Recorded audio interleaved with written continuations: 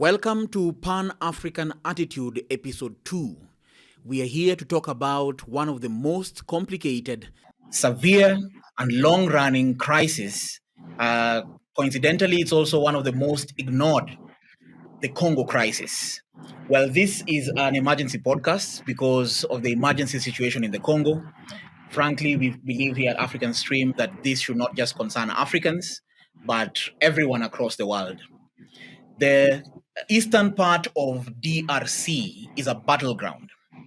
And this is because of the escalation of violence between M23 rebel group and the Congolese army. We've had weeks of bombs and rockets being dropped in markets and universities, and civilians are in between.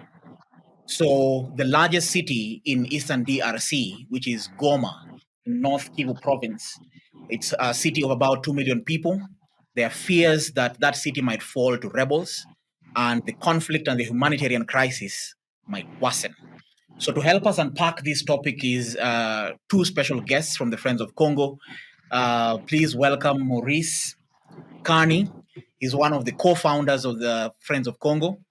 He currently serves as the organization's executive director.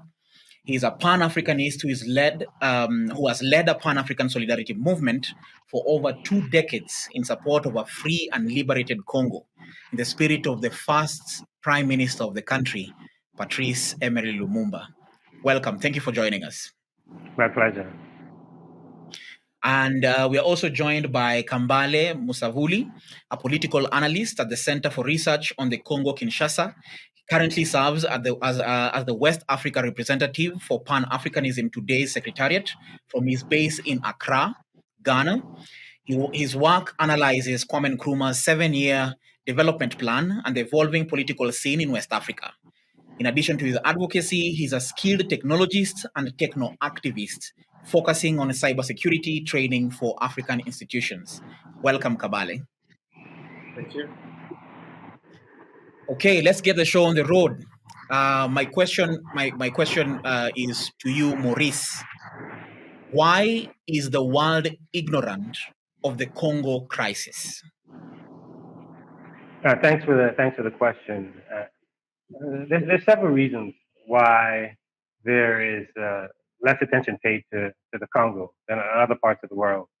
In fact, Congo is sometimes referred to as empire of silence. We've seen movies made about it. And the silence around the Congo, the ignorance around the Congo is not only a contemporary one, but it's also a historic one, especially considering the role that Congo has played in the 500-year tragedy of people of African ancestry. You're talking about the most devastating occurrence as it relates to people of African ancestry. That is the trafficking of Africans from the continent to the Americas. Congo was a major factor in that, the Congo region. According to Emory University's slavery database, almost half of the Africans that were trafficked from the continent to the Americas came out of the Congo region, the Central Africa region. They said 4 out of every 10 Africans that were trafficked, according to their database. So if we look at from the 1500s, right up to the present, you fast forward about 300 plus years, we see again Congo being central to the drama of Africans. The Berlin Conference, 1884-1885, was also known as the Congo Conference. And it is there that Congo was given to King Leopold II as his own personal property. And within a 23-year period from 1885 to 1908, Congolese population was decimated by half. An estimated 10 million Congolese perished as the king extracted rubber and ivory to feed Western industry, right? So we know about the Holocaust in Germany. Some people may even know about the Armenian genocide, but very few people know about the role that King Leopold played in decimating the Congolese population by half. So historically, the centrality of Congo historically has been silenced. By the same token, contemporary Congo has also been silenced, where we see since 1996, an estimated 6 million Congolese have perished as a result, in large part, of the scramble for Congo's resources. Now, why is it that we know so very little about the Congo. A major part of it is because of the global interests that are engaged. The United States is one of the primary beneficiaries of the instability of the Congo. And the United States government is also one of the key causes of the instability that we see in the Congo today. We cannot discuss the instability in the Congo today without discussing the largest covert action that was mounted by the United States in the 1960s to overthrow the democratically elected prime minister, Patrice Emery Lumumba. And that set the stage for what we see today, in that Lumumba wasn't only overthrown, but the democratic movement that he was leading was eviscerated, dismantled. And then the United States imposed a dictatorship over the Congolese people for over 3 decades. So that role the United States has played and continued to play in today's instability, where the U.S. in 1996 backed an invasion of the Congo by U.S. allies, primarily Rwanda and Uganda, and then again in 1998 backed a second invasion, which triggered what the United Nations says the deadliest conflict in the world since World War II. So, great power interest, the United States, is on the wrong side of history in the Congo. And when the United States interests are at stake in a country and the U.S. is on the wrong side of history or on the wrong side of the moral equation, we find that the corporate media is more or less silent about what is taking place in that sphere where the U.S. is operating. So that's one reason, because the U.S. interests are involved, and the corporate media are not too quick to shine a light on what's unfolding there. Secondly, there's this the preconceived notion about Congo and Africa. See, the continent is often referred to by white supremacists as a dark continent, and the Congo represents the heart of darkness. Right? We're tapping into Joseph Conrad's classic novel, Heart of Darkness. So whatever happens there, people figure, oh, it's Africans. They've always killed each other, and they'll continue to kill each other. They attribute these atavistic qualities to Africans, and they see Africans in the heart of Africa embodying those qualities. So you really can't do anything about it. If there are mass deaths, if there are rapes and they're killing, oh, that's what Africans do, right? Because that's the preconceived notion that's being fulfilled by the realities that are occurring on the ground. A third reason is there's a language barrier, right? It's predominantly French speaking, so the news that's coming out is not coming out into the English speaking world. So that's also a factor.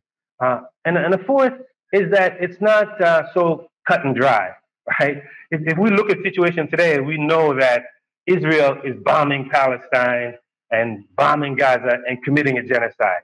So Israel, the bad guys, the Palestinians, the good guys. Israel, the oppressor, the Palestinians, the victims. So they're very, very clear and very stark. It's a little bit more complicated in the Congo. And it's not as dramatic. The conflict is drawn out. It's been now a quarter century.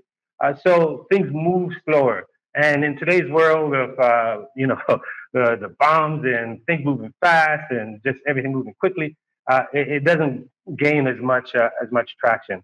And then finally, the architects, the perpetrators who are committing the main perpetrators, like the president of Rwanda, the president of Paul Kagame, president of Rwanda, the president of Uganda, Yoweri Museveni, they benefit from imperial privilege. They're allies of the United States, allies of the United Kingdom.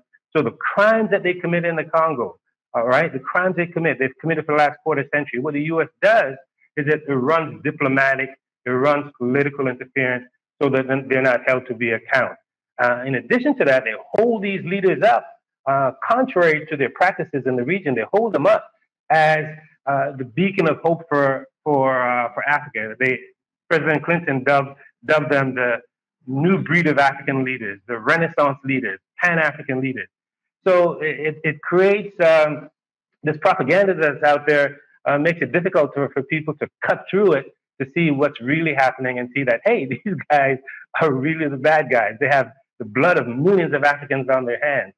They've invaded and plundered and led a war of aggression and plunder against another African nation for a quarter century.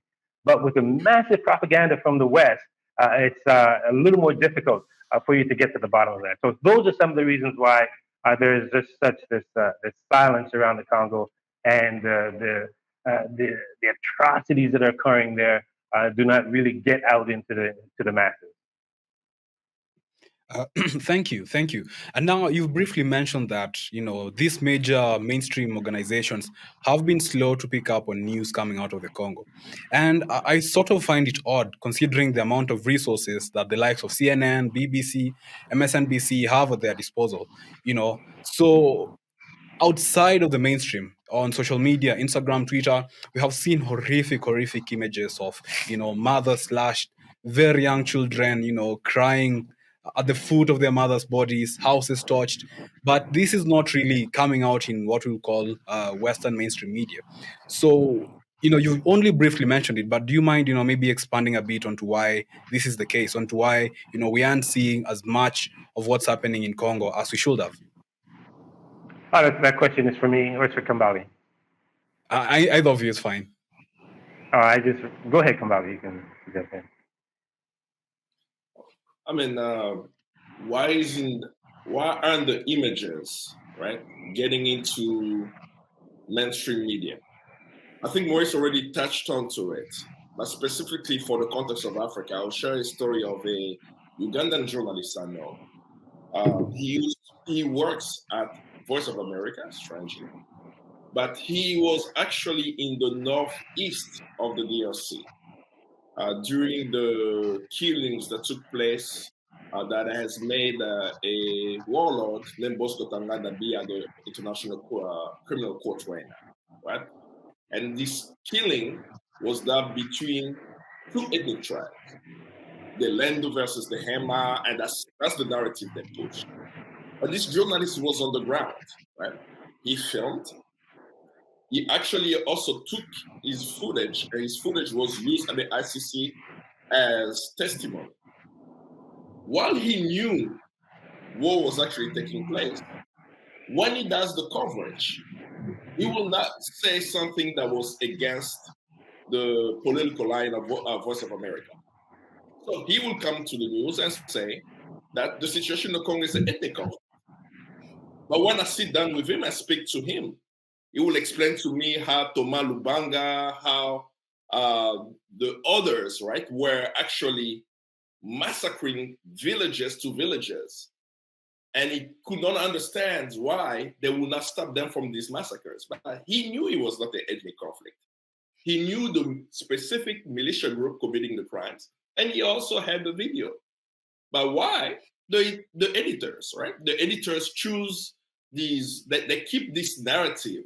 And that's sometimes what's frustrating me when I read the news about the Congo. And sometimes even I'm frustrated by African media. One of them this week, during the African Cup,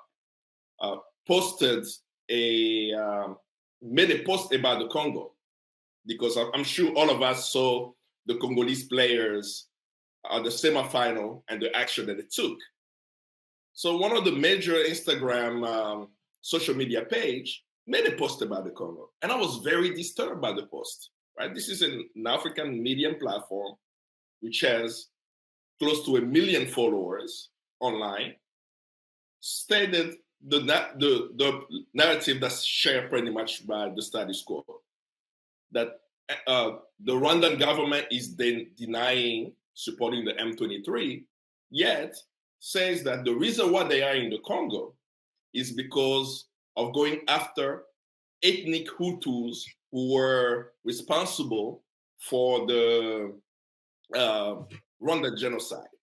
That's a very problematic statement, especially for a media platform that has close to 1 million followers, mostly young Africans. And I challenged that post, right? I said, you can't even, in the era where, I will use the context of East Africa, right? Many of us have friends who work in Rwanda, who live in Rwanda. We know that in Rwanda, the President Kagame said there are no more ethnic groups, right? Every Rwandan is Hutu and Tutsi, right? You can't mention that name, but we are all Rwandans. So when you say ethnic Hutu rebels in Congo, who are these ethnic Hutu rebels? Are they Congolese? Are they Rwandans? Right? So you already get into the narrative that this is an ethnic conflict, not even understanding that these ethnic Hutus are Rwandans. And if we even go to the logic of, let's say, right, these ethnic Hutus have committed genocide in 1994. Right? We are in 2024. So if they did commit, and let's say that in 1994, they were in their 30s, right? Young, 30-year-old, genocidaire killing Rwandans. Okay. 30 years later, these 30-year-old are in the 60s, correct? So are we saying that we have 60-year-old old men running in the Congo with guns, threatening Rwanda's security, right? But this line, since the beginning of the war in the Congo from 1996, now, as a Congolese, I have seen that every single year.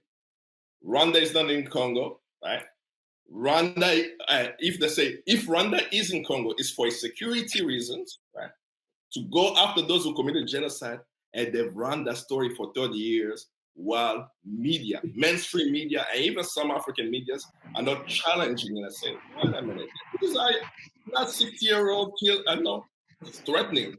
These are young Rwandans, and there is a fundamental problem that these Rwandans who have come to the Congo since 1994, at the end of the genocide, 1.2 million of them came, and many of them have never returned, and many of them, right, up to 200,000 that we can say today, were killed in the Congo by the Rwanda Defense Force. For the rigorousness of the rigor needed for the media to go after the stories, as Howard Frank said in one of the interviews we did with him for Crisis in the Congo, was saying that the situation in the Congo is complex, but it can be understood. It just requires a little rigor, a little questioning, right? To say, are 100 million Congolese, who, I would go to what most Africans know, who have given Africa one of the best cultural element, which is Congolese music. Every African party I've gone to, you have listened to Congolese music, right? Are these people just so criminal that they are killing 6 million people? No, that's not the case. So what is happening? And getting courageous journalists to start writing, to start covering, and telling the narrative of the Congolese. If it wasn't for the soccer players in the Congo at the African Cup of Nations, many Africans will not even question what was happening. That the Congolese, after 30 years of conflict, right? Almost 30 years, went to what I would call an international stage and made a call to us, said the situation in the Congo is an emergency, it's a genocide. They didn't name names. They made a sign to tell people, we can't be silent now, and history will judge us. To say, when the Congolese called for help to the entire African continent, did we mobilize to end the genocide? And this is the time for us to do so. Thank you so much, Kambale, for that analysis. And of course, much later, we're going to discuss at length the issue of the Hutus and the Rwanda genocides and these rebels that are purportedly in Congo. And just to follow up, and probably this still goes out to you, Kambale, seeing as you represent, of course, the PAT organization, which, of course, fights for Africa's dignity and Africa's sovereignty. And we have seen that previously in 1884, when we had the scramble and partition of Africa in Berlin, most of the imperialists or colonizers who are coming into Africa were coming in because of the natural resources that Africans had and how these resources were going to benefit Europe. And we have seen this in many books, like Walter Rodney writes about how Europe underdeveloped Africa. Now, when we look at this and also when we focus on that, how Europe underdeveloped Africa but still continues to underdevelop Africa, I just want to shed some light on the wealth and the mineral resources in Congo. which is estimated at a whooping 24 trillion USD. And we see a lot of minerals in the Congo, such as gold. We see cobalt. And in the cobalt, that we have in DRC, it is more than all the cobalt that we have in the world combined. And of course, this cobalt is used in the making of phones, in the making of laptops. We see big companies like Apple and Tesla, Microsoft, Intel, who actually pay for the services of child labor that go on in Congo and have contributed to, one, the war that is going on, two, the child labor that is going on, three, the conflict that is going on in the Congo that is never ending. We see that in the year 2000 to the year 2022, there has been an increase in the manufacture of phones from the cobalt in Congo by more than 10%. And of course, all these have been distributed and sold out. And we do not see the Democratic Republic of Congo benefiting from any of this wealth. We see so much war that is there. We see internally displaced people. We're seeing so much poverty. So my first question that goes out to you, Kambale, is how does the DRC Congo and also us as Africans be able to get ourselves out of these imperialist powers and global powers that are actually perpetrating the war in the DRC? And this is a two-phrase question. And the second one, of course, because of this war, we are seeing a lot of young people who are frustrated, who have lost hope, and who are now rebelling against the Western powers. What is your take on the young people who are rebelling on these Western powers? But also, how does the DRC and the rest of Africa unshackle themselves from these imperialists and the neo-colonialists and the global powers that are bringing in war for them to be able to benefit from their minerals and their wealth? It's a question of sovereignty. The fundamental question for us is how we're going to control our land and resources. And this is why I also follow the ideas of Kwame Nkrumah. Patrice Lumumba also fought for that, right? How can the Congolese control their land and resources? There have been some indications in the Congo of a movement, right, for people to actually control their land and resources legally through mining reform.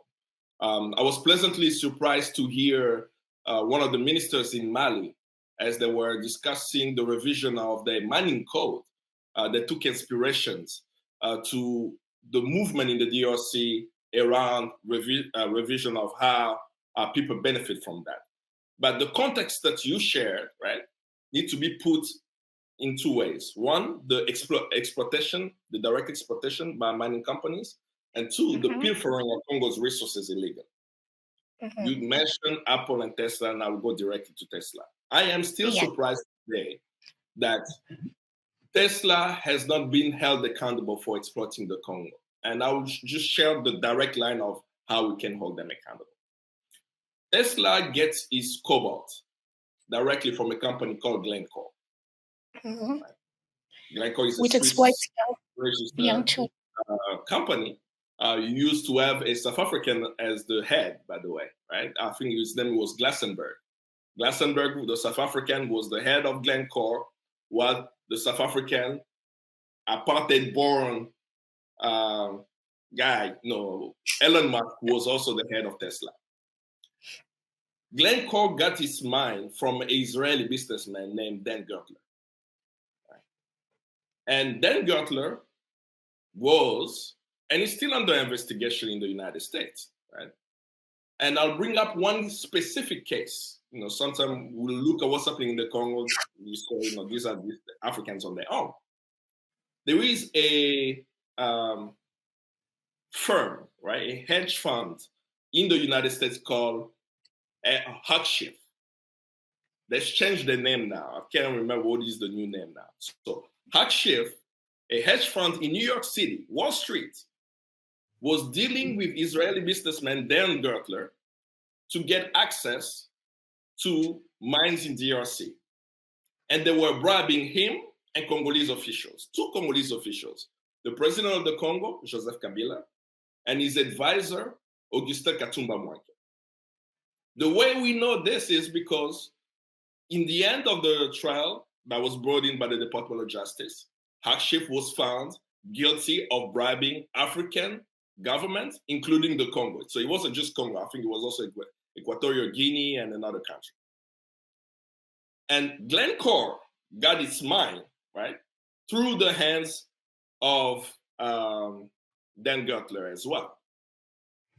So Dan Gertler has been mentioned in the US court. They hid his name, right? They didn't mention his name, but when you read the judgment, you can see that they are talking about the Israeli businessman with close tie with the president of the Congo. Just blood his name. Yes. Certainly, they sanctioned him.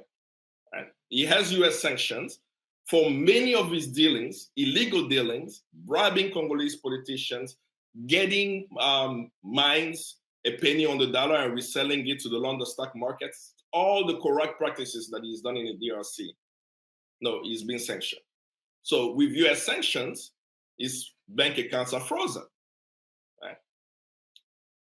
So Glencore, in the deal that they have with him, because he sold them a mine, is that he's supposed to receive 3% royalties for any sale of cobalt that he does. Up until today, unless Glencore come out and say they have stopped, we are clear that Glencore continued to give him almost $250,000. If I'm not mistaken, it's about $250,000 or something, $1 million a day that he get of royalties on Congo's cobalt till today. But how and who Glencore sells his cobalt to? Tesla.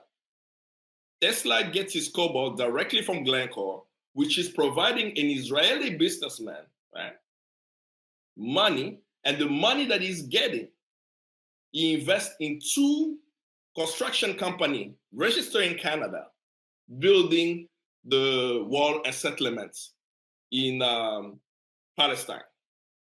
And most people don't make that connection. So if we know that there is a company that is giving what I would say illegal money to an Israeli businessman, taking Congo's cobalt, a penny on the dollar, giving it to Tesla, and then this guy is gonna think that he's the genius, right? That he can just make metal exploded from the people and then making it available to consumers without any repercussion. Oh, there hasn't been that many traction around it. I know there is a trial, an American lawyer in Washington, D.C. who's taking to task Apple and Tesla. But Tesla, for me, is one of the most important cases because the direct linking exists. Right? Tesla get his cobalt from Glencore. Glencore got his mine from Dan Gertler, the Israeli businessman, who is under U.S. sanction and continue to receive royalties over it. But beyond cobalt, even though you said that Congo has the vast majority of the cobalt in the world, 70% of the world production is in the DRC, we are not even discussing lithium yet, right? Lithium has been discovered in the Congo. The largest lithium, one of the largest lithium reserves in the world is found in Manono, right? And Manono is close to a city called Kolwezi. Growing up in Congo, Kolwezi did not have an international airport.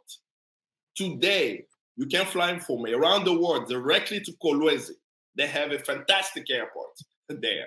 And the expectation is actually taking place now in Kolwezi. It's almost as the El Dorado of 2024, where everyone is going.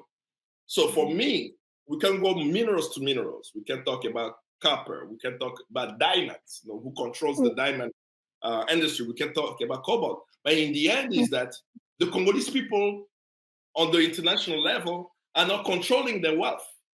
So their battle, just as is Mali, in Niger and Burkina Faso, who are demanding greater share of the wealth, is also what the Congolese people need. And all the mechanism that's needed for Congolese to get a greater share is the discussion, right? It's not, I don't subscribe to the notion of we need to certify Congo's minerals, right? So that we can see where it's coming from. It's not exploiting children. I don't subscribe to that notion because it does not address the question of sovereignty, the question of who controls the wealth. And even in this movement, right, there are people who are calling for that. The United States has an answer to that. You know what the United States is doing?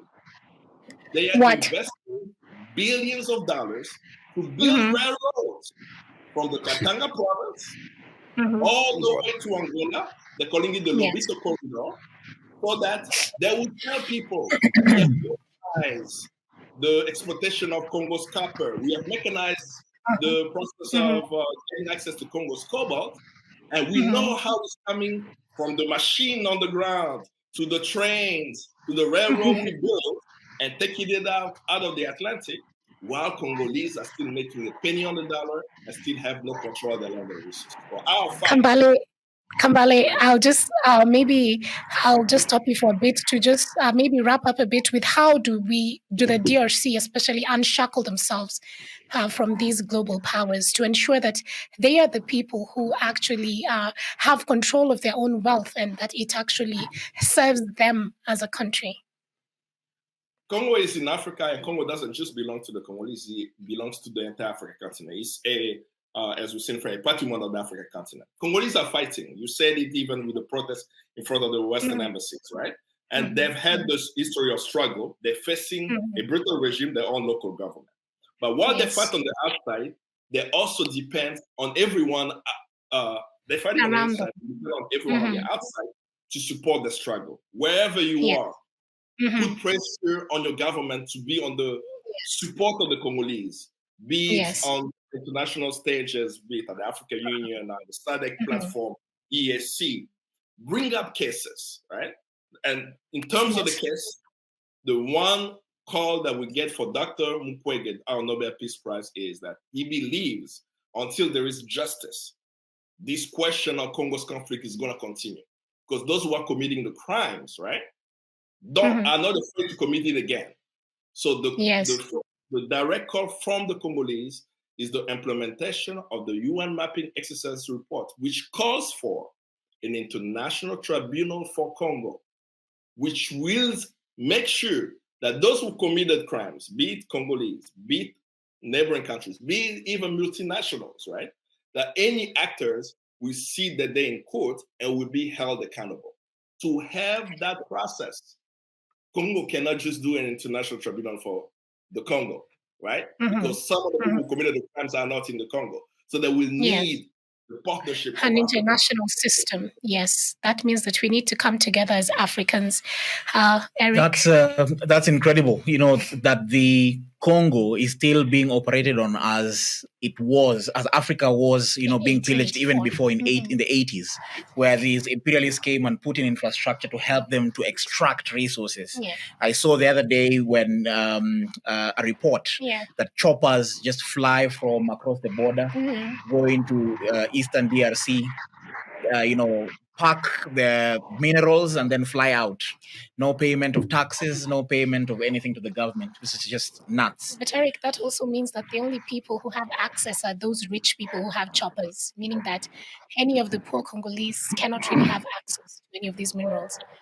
Perhaps, of course, since we have... What Eric said is so central and it's vital for people to understand. Kambali had run down the corporate interests, Zif and the Department of Justice in the U.S. Finding them. They're now called Sculptor Capital. But what you said, Eric, is really key for people to understand. We have to remember, Congo wasn't created, the modern Congo wasn't created by Congolese. It was created by Europeans. And there was a design and an imprint, a framework that was laid out. And that framework was consistent with the previous 300 years of history, where human bodies were being extracted out of the Congo region. And that the transition from human bodies to rubber, to copper, and all those other minerals. So that framework of extraction is still very much in place, irrespective of who comes into the Congo. And as Kambali articulated, and as Professor Nzengola Ntalaja in his book, The Congo from Leopold to Kabila lays out, the people's struggle is to control and determine the affairs of the Congo. In the midst of a geostrategic battle for her natural resources. One thing that Africans ought to be very clear about is the centrality and the importance of Congo to the future of the African continent. You referenced Kwame Nkrumah's challenge of Congo. He lays it out.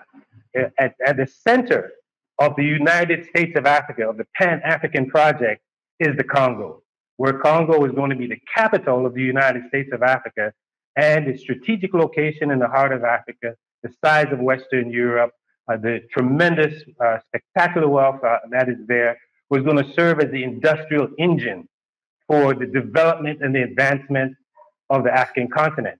So when Frantz Fanon said in his Toward African Revolutions, the fate of all of us is at stake in the Congo, he's saying that to each and every one of us as Africans, that when we look at the Congo, we have to see Congo as being central to the future, the liberation of Africa, and by extension, the African world. So that centrality of Congo to our future was laid out by the best that we've produced in terms of independence leaders. The Fanons, Ahmed Sékou Touré of Guinea, Modibo Keïta of Mali, Kwame Nkrumah of Ghana. That was and they rallied around the Congo. They sent figures like André Blouin to support Patrice Lumumba in his quest for liberation. Now, fast forward to today, what we see, those so-called Pan-Africanists, those who have been dubbed Pan-Africanists by outsiders, they're ravaging the Congo. The Musevenis, the Kagames, they're picking apart the Congo. Museveni said, Congo is like a banana plantation. You go in and get what you want. Now compare to what Museveni said to what Fanon said. Fanon said, the fate of all of us is at stake in the Congo. Museveni said, the banana plantation, go in and get what you want. That's why if you look since 1996, the gold exports, the timber exports in Uganda have shot up because they're ravaging the Congo. Congo even had to take Uganda to the International Court of Justice for the pillaging and for the crimes that they've committed in the Congo. If you look at the exports of Rwanda, the cassiterite, the tin, the coltan, Rwanda has become the largest producer of coltan in the world. They're plundering the Congo. And they find that it's so critical. Think about this. Both Rwanda and Uganda invaded the Congo twice, 1996, 1998 together. Since that time, they supported militia groups in the Congo.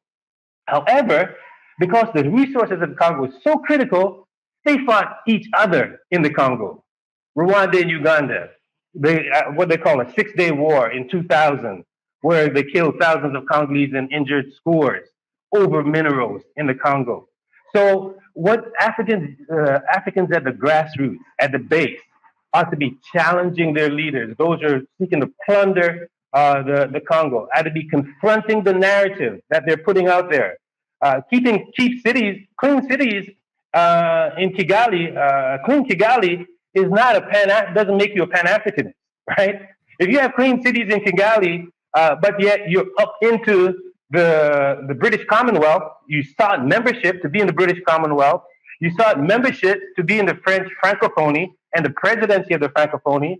I can't imagine Nkrumah trying to be up in the British Commonwealth and in the Francophonie, or a Sékou Touré. So it is vital for young Africans to understand the importance of Congo to the future of Africa, to understand what our forefathers and foremothers did in rallying around the Congo, embracing the Congo, saw it as central and critical to the advancement of the continent as a whole. So, and not just the continent as a whole. If we look at Congo being a part of the second largest rainforest in the world, vital in combating the climate crisis, a space that sequesters more carbon than all of the rainforests combined, right? Amazon, Borneo, home to the largest tropical peatlands in the world, the size of England, that contains, it's a virtual carbon bomb. It traps carbon that's equivalent to about 20 years of pollution coming out of U.S. usage of combustion engines. So it's not only important to Africans, it's important to the planet, right? That protecting the Congo rainforest is vital to the future of humanity. And at the same time, we're all talking about a green energy transition, a clean energy transition. There is no green energy transition, clean energy transition without the Congo, producing 70% of the world's cobalt, more than all the countries combined, a critical ingredient in the rechargeable batteries. right? So we Yeah. talk about combating the climate crisis, dealing with the green transition. You can't have that discussion. You're talking about the corporate media, they can't have that discussion without talking about the Congo. And at the same time, what Kambali talked about, the Lobito rail corridor, where they're shipping copper from Kolwezi out to the Lobito port along the rail line that's recently developed. First shipment that occurred in December by Ivanhoe Mines. The CEO of Ivanhoe Mines, Mr. Friedland, was just on Bloomberg News talking about how this is amazing for his corporation, for Ivanhoe, not for the Congolese people. But here we see again that Lobito corridor that was developed supported by the United States and the European Union is a part of that geostrategic battle for Congo's resources. That came All out of facts. All the facts. global partnership for investment in infrastructure. The partnership for global investment in infrastructure is the United States response to China's Belt and Road Initiative, and it's being played All out right facts. now in the Yeah. Congo. So Yeah. this is important All facts, not man. only to Congolese but also to Africans, and we're talking about high stakes geostrategic battle for the control of the resources. And the central question that remains: how is it that Congolese are going to control and determine their own affairs? We are arguing that we need to build a global constituency to support the Moritz, Congolese who are on the front lines fighting to control and determine the affairs of the Congo. The Congo movement today is as important as the Free South Africa movement was yesterday, and we need Africans rallying behind Congolese in that undertaking. If we could switch gears, Maurice, that's all facts. Definitely a lot of gems there. If we could switch gears because of the savagery that is ongoing in the Congo and the ignorance to it all, we have about 7 million people now internally displaced in the Congo. And these are Congolese. We have about 1 million others who have escaped from other places coming to the Congo. And the interconnectedness of Africa now. If the Congo is not free, the rest of Africa cannot Sure. be free. If I could ask a sensitive question, not to get embroiled into the web of haters who talk about the pro-Palestine agenda in a negative way and compare it to Africa, and they talk about this, oppression Olympics. That why not the Congo? Why is just Gaza being covered? If I could put it to you, the question is not why the Congo crisis has been ignored or not covered as much, but since that the oppression that is ongoing in Gaza has gained extensive coverage, we've seen coverage from all corners. Why does that get more coverage? Or if I could put it better, why does that earn coverage and not the raping and killing industries of the Congo? Just a quick and a short answer to that question. The United States, the empire is directly involved in arming, financing, backing Israel, covering for a genocidal regime. So when you have the United States directly involved in a conflict of that nature, it's going to bring all of that attention from the corporate media. That's a major reason why we see that the extent of the coverage that we see around Gaza. That's just a short answer, and maybe Kambali can add Thank others you. as well. Thank you for keeping it short. In the interest of time, let's try and run through the rest of the questions. We have quite a few. Sure, William? sure. Now, mine is, Africa was colonized, so was Asia, so was Latin America by all these European colonial powers. But, we have the Chinese who are colonized. I mean, Britain took Hong Kong for quite a while. But the China today is not the China of 100 years ago. The Brazil of today is not the Brazil of 100 years ago.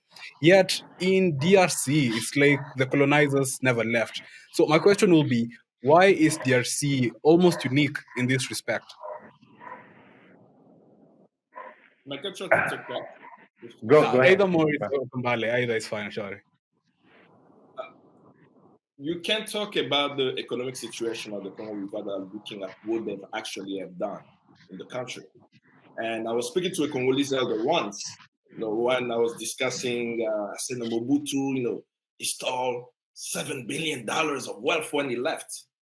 And he looked at me and said, What's your evidence of that, right?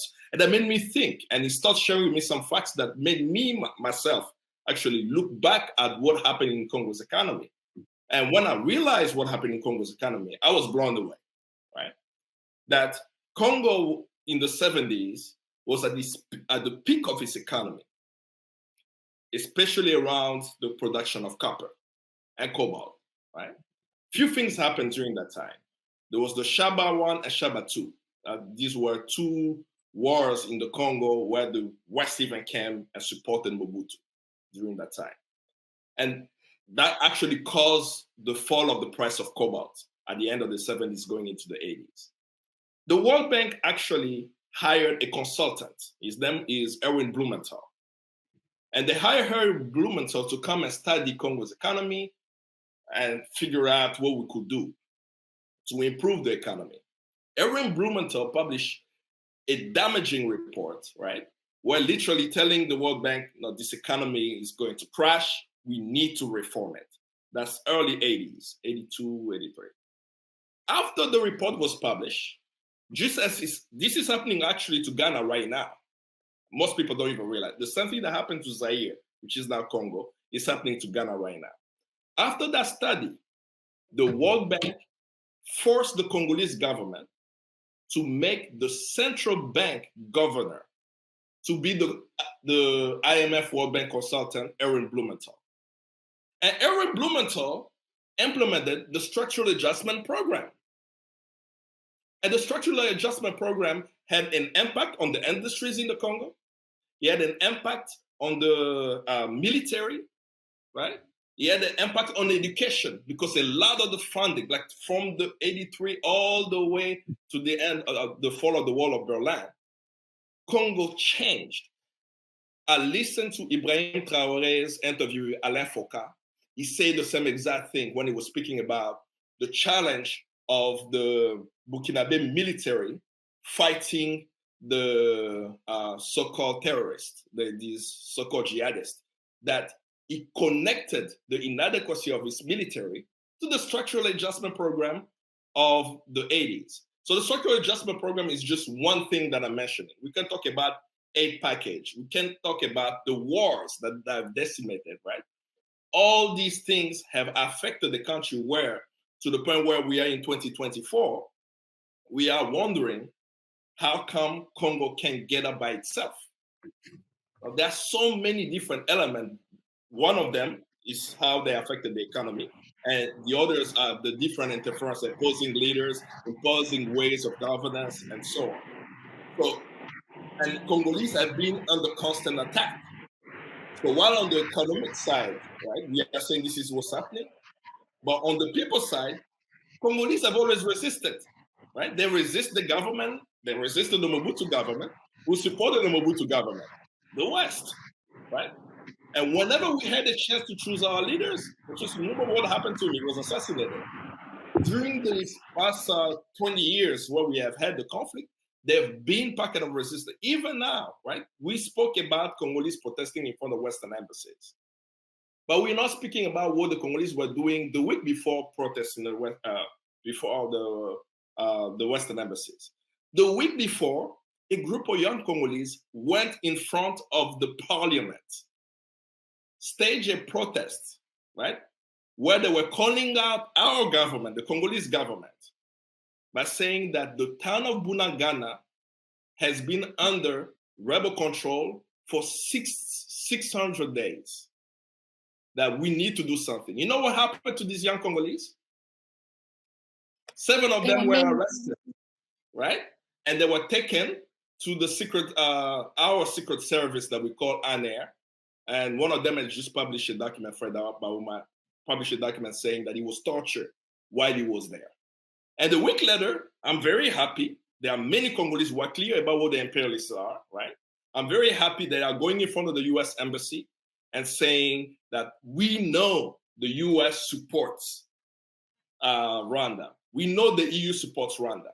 But we cannot forget, even while they're saying this, the Congolese on the inside are also challenging their own government, right? And that same government, in the contradiction of what's happening, that same government is also supported by the West, which is a very fascinating thing to think about, right? Is we know that we've had rig elections in the DRC, but Western countries, every time we have rig elections, what do? They come out They and say, back well, the leader. exactly.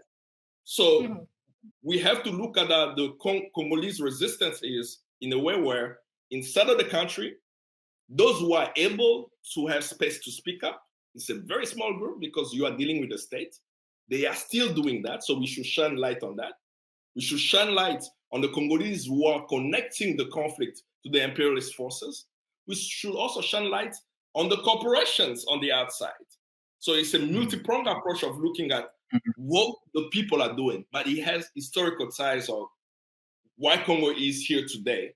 Yes, economic ties also, but Congolese are resisting in the process with the hope of solidarity of others so that we can tackle all the challenges that we have on the country. I don't know if Maurice, if Kambale, if I could just extrapolate on that on the politics. I was in Goma in December. I covered about a week just before the elections, and immediately after landing in the airport, I saw soldiers on the back of vehicles, not just holding AK-47s but heavy artillery, machine guns, and just patrolling the city. And on the campaign trail, candidate President Tshisekedi now, said something which people are really shocked by. He said that he is going to attack Rwanda if he is going to be reelected. And he actually went as far as comparing President Kagame to one of the 20th century's worst villains, that is Hitler. So he said that Rwanda's Kagame is going to face the same fate that Hitler, met, which is killing. So do you think that the recent escalation, because just after the election, we had this escalation from M23 and in Goma, Masisi, things are really blowing up there. Do you think that this recent escalation has anything to do with that threat from President Tshisekedi? Absolutely not. I mean, I have to make a disclaimer. I'm not the spokesperson of Tshisekedi, right? And I do think that he's a populist. He used populist statements for the elections. And he said that he's going to attack Rwanda. Every Congolese is saying that to him right now. So you say that if one Congolese die, you will go to Kigali. We're still not seeing you in Kigali. So Congolese are putting already pressure on his populist statement that he's not backing up with the same power, right? But I don't think that the escalation of the M23 has anything to do with the current situation. And I think also, as we continue to discuss even in the future, that we don't call them the M23. It's very important, right? Because when you call them the M23, you think that they are some new rebel group. Sultani Makenga, who's the leader of the M23, was in a rebel group called AFDL in 1996 with Laurent Désiré Kabila. So why are we calling it M23 today? AFDL became RCD with Sultani Makenga. Why are we calling him M23? RCD became CNDP in the 2008 with Laurent Kunda, who's still in so-called house arrest in Kigali. Why are we calling them that? Today we are calling them M23. And from Nairobi, we had Congolese who came and called themselves Alliance Fleuve Congo. So tomorrow, M23 may be called AFC, right? That they changed it. So we need to first be clear that this is a rebel group, which is a proxy rebel militia for Rwanda, right? But every time we have elections, if you look at the 2012 election, you will notice that few months after the 2012 election, that's when the M23 was launched. That there is always some type of uprising that takes place, which distracts us for what is really at stake, right? And the comparison that he made, if we just take it at face value, he went to the extreme to talk about Hitler, but we're talking about a modern day genocide. The UN mapping exercise report states that what's happening in the Congo are war crimes, crimes against humanity, and possible genocide if proven in a competent court, and charges Rwanda for having committed genocide in the Congo.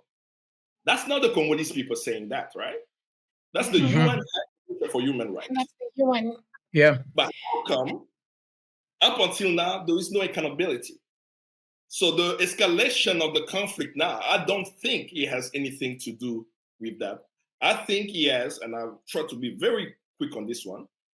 I think it has everything to do with the ceasefire deal that the United States organized between Rwanda and Congo. Before the election, when the Chinese drone, the CH-4 Chinese drone, shot and killed Rwandan soldiers on Congolese soil in November. Something most people do not realize, that Congo bought 3 drones. One of them actually shot a Rwandan Defense Forces soldier in DRC, which caused a fear in Washington that because the soldiers were killed on Congolese soil, they were afraid that Kigali was going to respond. And they sent somebody there. Somebody very important that most people never even heard. I never even knew her name. I knew the position existed, but I didn't know who she was. They sent Haverhill Haynes. And Haverhill Haynes is the director of national intelligence of the United States at the National Security Council. She's the head of 17 Secret Service agencies, intelligence agencies of the United States, which includes the CIA. Pretty much, she's the boss of the CIA at the White House. She flew to Kigali on November 19th. She flew to Kinshasa on November 20th. On November 21st, when she was flying out, the White House put out a press statement discussing what she has just accomplished, that she signed a cease agreement deal between Rwanda and Congo, not the 23, right? Rwanda and Congo up until December 31st of 2023. We are in February. The ceasefire deal is no longer in place. Yes. Right? They agree. You are not going to fight during the elections. Let's make sure that our men get elected. Because they want their person in. Yes. The M23 continue to do the usual blackmailing that they've done. They're going to put pressure on the Congolese government. There will be dialogue. They will take the rebels, put them in the Congolese military. They'll take some of them, put them in ministries and offices. And then a few years from now, if they use that approach, the fundamental problem will not be dealt with. But how can it be dealt with? We know the aggressor nations. The M23 are crossing the border from Bunagana. That's the Ugandan border, right? So they are coming literally from Uganda. And Musavuli, do you think that with that... If I may, Seifu, just in the interest of time, I know you have a couple of more questions there. Do you mind just jumping to the MONUSCO one, which I know is a big one on your list? All right. Musavuli, and maybe also Maurice, you can come in on this. What do you think is the role of MONUSCO in all this? Having spoken about the UN Security Council and the head of the CIA who was sent to DRC and to Rwanda, of course, to broker a ceasefire deal, but only for a short period of time. What is the role of MONUSCO? Are they really keeping peace in this region, or is there something else that, we need to dispel here today? In the interest of time, the short answer is they're obviously not keeping peace. They're on the way out. They're rolling down this year. They've been there for 20 years at $1 billion, over 20 years, $1 billion a year. So they're probably the one ray of light with MONUSCO is when in 2012, when they changed their mandate to an offensive mandate, and at the behest of the African Union, initiative coming out of the African Union, established the Force Intervention Brigade, where they brought in South African soldiers, Malawi soldiers, Tanzanian soldiers to confront the M23, which was part of an overall strategy, a diplomatic push, the bringing in of the Force Intervention Brigade, and heroic military fighting on the part of the Congolese soldiers led by Mamadou Ndala. So it was a combination of things that brought an end to the M23 at that time in 2013. So the UN, MONUSCO's forces are not. Just look at the Congolese people. They've demonstrated against them. They said, "We want you out. You're not bringing peace. You're not helping us." So I think that's really where you need to look to get your answer. But I just wanted to say something quickly about that. Figures like Mamadou Ndala, who were just. There's a film made about him called "This Is Congo," that documents what he did, and it touches into the question that was asked earlier. Simon, where we're giving examples from Brazil and China and all. Actually, we don't have to leave the continent. We just have to. We go to Burkina Faso from 1983 to 1987, led by Thomas Sankara. We saw the advancements that were made in terms of the conditions of living for women, addressing the environment for workers, the building of infrastructure. When Africans are left providing even a modicum of freedom to pursue their own vision of development, there's hardly a better model than Sankara. Within 4 years, right? 4 years, the achievements that he made. Kwame Nkrumah in Ghana, the development that he made in Ghana, when in terms of building dams and roads and infrastructure, the whole bit.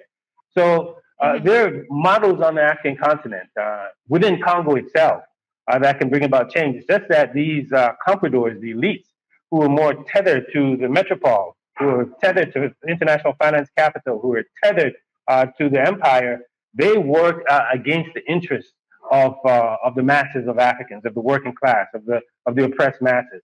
So that's why we're saying, I know we're coming to the end, as a solidarity institution, Friends of the Congo, we're mobilizing people to support those models on the ground that we know have the solutions for the challenges that Congo faces. That they just need to be scaled. They need to be supported. Because think about it. You have, Kambali mentioned Sculpture Capital, Dan Gertler, Glencore, the United Nations mentioned some 85 corporations. All these corporations are coming behind Congo's elite to facilitate the pilfer and plundering of Congo. So we need to rally the masses. We need to rally the global constituency behind those Congolese that have the solutions for their country, that are on the front line, bringing about change, models that we know that can not only change Congo, but can transform the African continent. So I really wanted to end on that, at least from our side, on that note, that the solutions are there. They need the support on the part of a global constituency, the support in terms of challenging the forces that are against the Congolese people, multilateral institutions, corporations, foreign governments, empire, US, UK, European Union, and need to bring support behind the people who are on the front lines in North Kivu, in the front lines in the rainforest, in the old Oriental province, the Chopo province, on the front lines in the old Katanga province. So that's really the message that we would like to send from Friends of the Congo to Africans, people of goodwill around the world. Now, leave with a quote that I think is so appropriate from Patrice Lumumba in his last letter to his wife, Pauline, where he said, he was speaking to the Congolese people, he said, we're not alone. Africa, Asia, free and liberated people from every corner of the world will be found by the side of the Congolese.